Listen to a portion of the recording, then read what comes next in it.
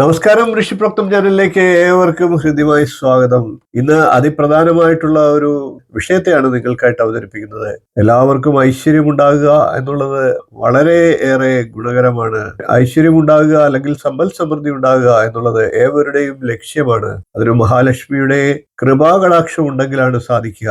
അത്തരത്തിൽ നമ്മുടെ ഭവനത്തിൽ മഹാലക്ഷ്മി വസിക്കുവാൻ പൂർവികർ ചെയ്തു വെച്ചിരുന്ന ചില ഉപായങ്ങളുണ്ട്.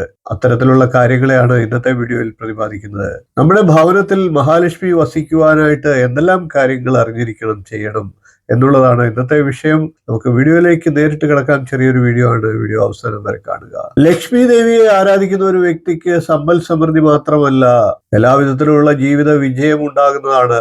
ലക്ഷ്മി ദേവി നിങ്ങളുടെ ഗൃഹത്തിൽ വസിക്കണമെങ്കിൽ നിങ്ങൾ തന്നെ അതിനുള്ള ശ്രമം നടത്തേണ്ടതാണ്. ചില ഉപാസനാ രീതികൾ, ചില കാര്യങ്ങൾ ശ്രദ്ധിക്കേണ്ടതായിട്ടുണ്ട്. പരിശ്രമിക്കുന്നവർക്ക് മാത്രമേ ലക്ഷ്മി കടാക്ഷം ഉണ്ടാകുകയുള്ളൂ. ഓം മഹാദേവിയൈച്ച വിദ്മഹേ വിഷ്ണു പത്നി ച ധീമഹി തന്നോ ലക്ഷ്മി പ്രചോദയാത് എന്നതാണ് ലക്ഷ്മി ഗായത്രി മന്ത്രം. ഈ മന്ത്രത്തെ നിത്യം 108 പ്രാവശ്യം ജപിക്കുന്ന ഒരു ഗൃഹത്തിൽ മഹാലക്ഷ്മി തീർച്ചയായിട്ടും കുടികൊള്ളുന്നതാണ്. ദേവിയുടെ അനുഗ്രഹവും കൃപാകടാക്ഷവും ലഭിക്കുവാൻ ഈ മന്ത്രജപം കൊണ്ട് മാത്രം സാധിക്കും. അതേപോലെ തന്നെ പൂജാമുറി ഉള്ളവരാണെങ്കിൽ പൂജാമുറിയിലും, അതല്ലാത്ത പക്ഷം വിളക്ക് കൊളുത്തുന്ന സ്ഥലത്തും ലക്ഷ്മി ഭഗവതിയുടെ ഒരു ചിത്രം വയ്ക്കുക. അതല്ലെങ്കിൽ വിഗ്രഹമോ ലക്ഷ്മി സങ്കല്പത്തിലെ സ്വസ്തിക ചിഹ്നമോ മറ്റോ വരച്ച് അതിനായിട്ട് ഉപയോഗിക്കാം. അപ്രകാരം ചിത്രം വെച്ചുകൊണ്ട് എല്ലാ ദിവസവും കാലത്ത് കുളി കഴിഞ്ഞ് പുഷ്പം സമർപ്പിക്കുന്നതും വിശേഷമായിട്ട് നാളികേരം നേദിച്ച് പ്രാർത്ഥിക്കുന്നതും ഒക്കെ ലക്ഷ്മി കടാക്ഷത്തിന് സഹായിക്കും. ഇത്തരത്തിൽ ഉപാസിക്കുന്നവരെ ലക്ഷ്മി ദേവി ക്ഷിപ്രപ്രസാദിയായിട്ട് ഓടിയെത്തി സംരക്ഷിക്കുന്നതാണ്. ആ ഗൃഹത്തിൽ ലക്ഷ്മി കടാക്ഷം തീർച്ചയായിട്ടും ഉണ്ടാകും. കൂടാതെ കല്ലുപ്പ് വെള്ളത്തിലിട്ടുകൊണ്ട് വീട് കഴുകി വൃത്തിയാക്കുന്നതും വളരെ വിശേഷമാണ്. ശുദ്ധിയുള്ളിടത്തെ ലക്ഷ്മി വസിക്കൂ എന്നൊരു ചൊല്ലുണ്ട്.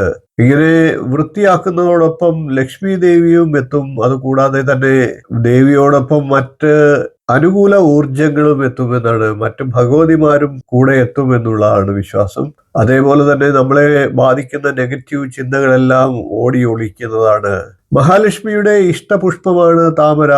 ലക്ഷ്മി ദേവിയുടെ ചിത്രത്തിൽ താമര പൂ കൊണ്ട് മാല കോർത്ത് അണിയിച്ച് പൂജിക്കുന്നതും അതിവിശേഷമാണ്. മഹാലക്ഷ്മിയോടൊപ്പം ഗണപതി ഭഗവാനെയും പൂജിക്കുന്നത് വിശേഷമാണ്. അത് ആ ഗ്രഹത്തിന് സമ്പൽ സമൃദ്ധിയേകുന്നതാണ്. അതുകൊണ്ട് തന്നെ ലക്ഷ്മി ദേവിക്കൊപ്പം ഗണപതിയുടെ വിഗ്രഹമോ ഫോട്ടോയോ വെക്കുന്നതും വളരെ വിശേഷമാണ്. മറ്റൊരു പവിത്രമായിട്ടുള്ള വസ്തു തുളസി ചെടിയാണ്.